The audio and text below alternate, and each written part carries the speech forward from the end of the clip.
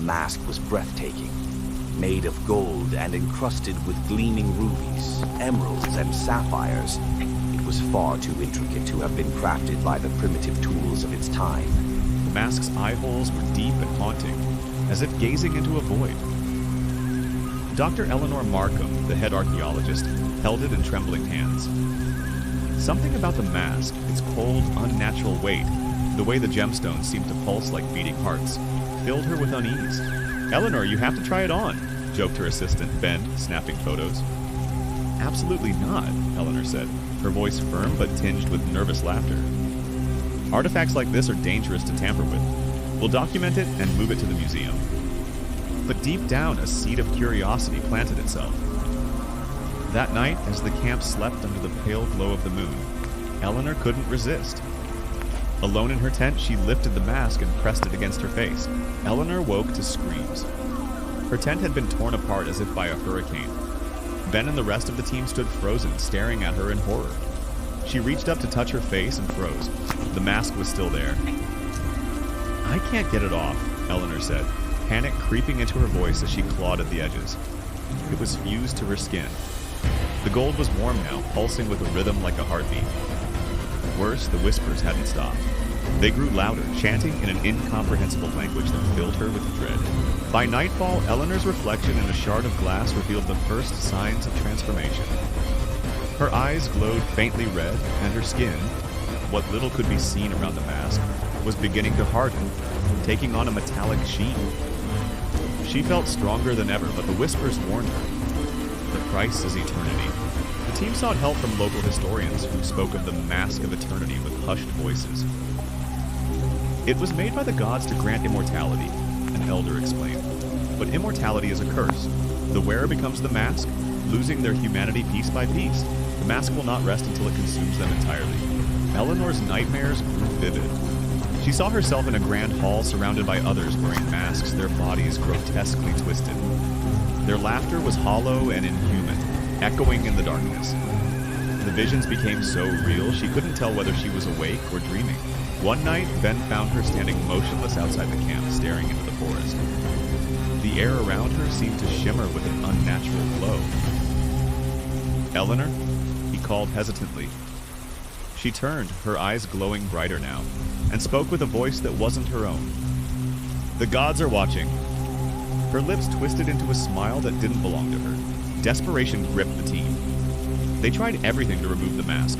Tools, chemicals, even fire. Nothing worked. Worse, Eleanor was no longer herself. Her body began to contort, her fingers elongated, tipped with sharp metallic claws. Her voice shifted between pleading for help and cryptic warnings. "Leave me," she whispered one evening, tears streaming down her face, "before I become something else." But Ben refused to abandon her. He scoured ancient texts and uncovered a ritual that might sever the mask's connection to its wearer. The process was dangerous and required the mask to be taken to the temple where it had been found. The journey was perilous. Eleanor's condition worsened with every mile. Her once human form now resembled a twisted statue of gold and gemstones, the mask's features becoming her own. Villagers they encountered fled in terror, calling her a demon. At night, Ben awoke to find Eleanor standing over him, her claws inches from his throat, her face locked in a struggle between rage and sorrow. The forest around them became increasingly hostile. Trees seemed to whisper warnings, and the shadows felt alive. At one point, the group stumbled into a clearing where ghostly figures wearing similar masks surrounded them, their hollow eyes filled with malice. Only Eleanor's commanding presence kept them at bay. At dusk, Ben noticed that the sun set unnaturally quickly, plunging them into an almost impenetrable darkness. The whispers from the mask turned into anguished screams that echoed through the trees. Each step toward the temple felt heavier, as though the forest itself was trying to stop them. Reaching the temple, Ben prepared the ritual under the light of a blood moon. As he recited the incantation, Eleanor writhed in agony, her screams echoing through the ancient ruins. The mask's whispers turned into shrieks of rage. "You cannot destroy what is eternal," a voice boomed. Not from Eleanor, but from the mask itself. Ben hesitated, fear gripping him, but he pushed forward. The temple trembled and shadows coalesced into humanoid figures, previous victims of the mask. They lunged toward Ben, their hollow eyes pleading for release even as they tried to stop him. Eleanor's body began to convulse violently. The mask fought back, sending waves of energy that cracked the temple walls and sent Ben flying. But he gritted his teeth and pressed on, chanting the final lines of the incantation. With a final cry, Ben completed the ritual. Blinding light filled the chamber, and the mask fell from Eleanor's face. She collapsed, unconscious, her body reverting to its human form, but bearing scars as evidence of her ordeal. The mask lay dormant, its gemstones dark and lifeless. The shadows dissipated, leaving an eerie silence. When Eleanor woke, the mask was gone, but her face was unrecognizable. She bore scars where the mask had fused, and her eyes retained a faint, otherworldly glow. The whispers had stopped, but the memory of them lingered. Ben buried the mask deep within the temple, sealing it with wards to ensure no one would ever find it again. But as they left, Eleanor paused, sensing something. "It's not over," she said softly, her voice trembling. Far beneath the earth, the mask waited, its gemstones faintly pulsing, whispering promises of eternity to anyone who dared listen. Weeks after their return to Eldermire, Eleanor began to notice the mask's influence hadn't entirely left her. Strange visions plagued her dreams. She saw the mask, no longer dormant, glowing faintly as it lay beneath the earth. Figures she couldn't recognize haunted the edges of her thoughts, their hollow eyes silently accusing her of something she couldn't name. At first, she dismissed these occurrences as the lingering effects of trauma, but soon her body began to betray her. Her fingertips glimmered faintly under the moonlight, and the metallic sheen that had once covered her face began to reappear, creeping like a slow poison. She kept this hidden from Ben, fearing what it might mean. The mask, eternal in its nature, could not be destroyed by mortal means. It would wait for its next victim. Ben's unease grew when he discovered carvings in the ruins that resembled Eleanor's transformed visage. It was as though the mask had known her long before she ever found it. Worse, he began to see flashes of those same ghostly figures in his peripheral vision. They seemed to be following him, watching. One night, while poring over his notes, Ben felt a cold breath on the back of his neck. Turning quickly, he saw a faint figure, a woman with a twisted, mask-like face. Her hollow eyes met his, and she whispered, "It's coming back." The visions intensified. Both Ben and Eleanor began hearing whispers again, faint at first, but growing louder with each passing day. The forest outside the village grew darker, its once peaceful paths. The mask lay undisturbed for centuries, buried beneath the sands of time. It was carved from obsidian, its surface glistening with an unnatural sheen. The mask's features were both beautiful and horrifying. Almond-shaped eyes, sharp cheekbones, and an expression of eternal calm, though the intricate carvings along its edges hinted at something darker. Legends whispered that it was no ordinary artifact, but a relic forged by hands that belonged neither to gods nor men. It was known as the Mask of Eternity.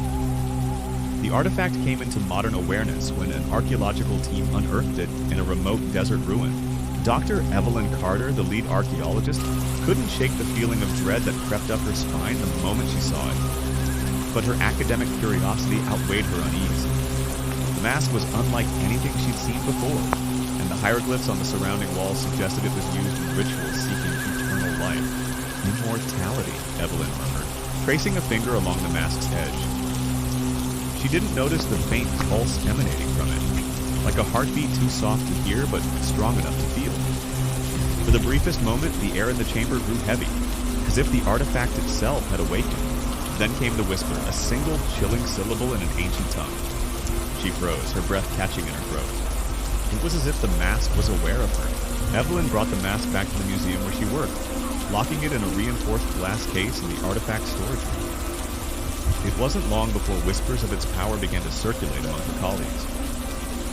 Dr. Alan Reed, a historian with a penchant for ancient myths, was particularly fascinated. "You think it's true?" Alan asked one evening as they stood before the display. "That it grants immortality?" Evelyn shrugged. "Most myths are born from some kernel of truth. But even if it did, the price is probably higher than anyone would want to pay." Alan smirked. "Worth it, though, wouldn't you say? Imagine living forever, seeing the world evolve." Evelyn gave him a sidelong glance. "You're assuming immortality would be a gift. It could just as easily be a curse." Despite Evelyn's warnings, Alan couldn't let the thought go. He began spending long hours researching the mask, poring over ancient texts, translating the symbols from the ruins. The inscription spoke of eternal life granted by the divine mask, but also warned of a visage reshaped to mirror the god's judgment. One phrase stuck out to him in particular. To wear eternity is to invite the abyss. One fateful night, Alan's curiosity turned to obsession. He broke into the storage room, disabling the security cameras with ease. The mask seemed to call to him, its surface shimmering faintly under the dim lighting. He reached out, his hand trembling. The moment his fingers brushed the obsidian, a surge of energy shot through his body. He felt euphoric, powerful. Without hesitation, he lifted the mask and placed it on his face. The world blurred, and for a moment, everything was silent. Then came the voices. A cacophony of whispers filled his mind, speaking in a language he didn't understand. His body convulsed as the mask fused to his skin, its edges searing into his flesh. When the pain subsided, he staggered to his feet and caught his reflection in a nearby metal cabinet. The mask's features had become his own. His eyes were now dark and hollow, his cheekbones unnaturally sharp. The expression of calm had turned into something sinister, as if mocking him. His skin began to pulse with an unnatural glow. Veins blackened like creeping tendrils beneath his surface. A sudden pounding came from the walls of the storage room. Shadows stretched unnaturally long, twisting and writhing as if alive. The whispers grew louder, almost deafening. Alan stumbled backward, clutching his head. "What have I done?" he whispered, his voice distorted, echoing as if it came from deep within a cavern. Days passed, and Alan's absence raised concerns among his colleagues. Evelyn was the first to discover the broken glass case and the missing mask. Panic gripped her as she pieced together what had happened. Alan returned to the museum that night, cloaked in shadows. Evelyn confronted him, horrified by his transformation. "Alan, what happened to you?" He stepped into the light, his grotesque visage fully revealed. I'm immortal now, Evelyn. I can feel it. My body heals instantly. My strength is unparalleled. "But look at you," she exclaimed. "The mask, it's consuming you." "It's a small price to pay," he replied, though his voice wavered. "You don't understand the power it grants." Evelyn shook her head. "This isn't power, it's a curse." Alan's shadow moved unnaturally, detaching from his form and sliding across the walls. It loomed over Evelyn, the distorted silhouette of the mask's grotesque visage staring down at her. She shivered as the air grew icy cold. The temperature dropped so rapidly that frost began to form on the display cases. The lights flickered and Evelyn's breath came out in visible puffs. "Do you hear them?" Alan asked, his voice carrying an eerie echo. "They're always there now, Evelyn, watching, judging. I am their vessel." Alan's nights were consumed by vivid dreams that felt too real to be illusions. In them, he stood before a towering monolith, surrounded by faceless beings, their whispers a ceaseless tide that drowned his thoughts. The monolith pulsed, each rhythm matching the frantic beating of his heart, and the beings gestured towards him, their movements unnatural and jerky. When he woke, the room was always darker than before, the corners alive with writhing shadows. Evelyn, unable to ignore the bizarre occurrences surrounding the mask, sought out experts in ancient occult practices. She traveled to remote libraries and met with scholars who had dedicated their lives to uncovering the truths of forbidden artifacts. One elderly historian, Professor Rafael Moreno, warned her of the dangers. "The mask of eternity," he said, his voice shaking. "It is not simply a relic. It is a gate, and its wearer is the key. To what lies on the other side, no mortal should ever know." Evelyn's heart sank as she recounted Alan's transformation. Raphael's eyes widened in horror. If he is already bonded with the mask, the gate is opening. Every moment he wears it, the boundary between our world and theirs grows thinner. You must stop him before it's too late. Back at the museum, Alan's power escalated. His shadow seemed to have a will of its own, stretching out to touch unsuspecting victims, who froze in terror, their screams cut short. The whispers had become audible to those around him, driving them mad with incoherent thoughts. A janitor caught in Alan's presence too long was found wandering the streets, muttering about eyes in the dark and clawing at his own face. Evelyn returned to the museum, armed with knowledge and fear. She brought with her artifacts Raphael had given, a dagger forged from ritual fire and blessed relics meant to repel the abyss. She prepared the ritual in a hidden chamber beneath the museum, where the earliest curators had once studied artifacts of questionable origins. The walls of the chamber bore ancient ruins, their faint glow reassuring her that the place might hold back the mask's influence for a while. Alan appeared, drawn by the power emanating from the chamber. His body was now a grotesque amalgamation of human and otherworldly features. His voice was layered as though 1,000 entities spoke through him. "Evelyn," he said, his tone almost sorrowful. "You cannot undo this." "I have to try," she replied, gripping the dagger tightly. "Alan, if you're still in there, fight it. Help me stop this." Evelyn began the incantation, her voice steady despite the chaos around her. The mask's power fought back, manifesting in bursts of shadow that lashed out at her. One struck her arm, leaving a deep gash, but she didn't falter. Alan screamed, his body contorting as the ritual began to take effect. Shadows erupted from him, clawing at the walls and ceiling, their inhuman shrieks echoing through the chamber. Evelyn's voice grew louder, each word of the incantation burning into the air like fire. With a final piercing scream, Alan's body collapsed. The mask shattered, its shards scattering across the floor. The shadows retreated, their anguished cries fading into silence. Evelyn fell to her knees, exhausted and bleeding but alive. In the aftermath, Evelyn gathered the shards, knowing their danger. She followed Raphael's advice, ensuring each piece was hidden in a place of sacred protection. Months later, she resigned from the museum, unable to face the memories of what had happened. But even as she tried to move on, she couldn't shake the feeling that the masked story wasn't over. That night, she dreamed of the monolith and the faceless beings, their whispers faint but growing louder. And somewhere in the world, in a forgotten corner where one shard of the mask lay buried, a faint pulse began to thrum, syncing with the heartbeat of something ancient and waiting.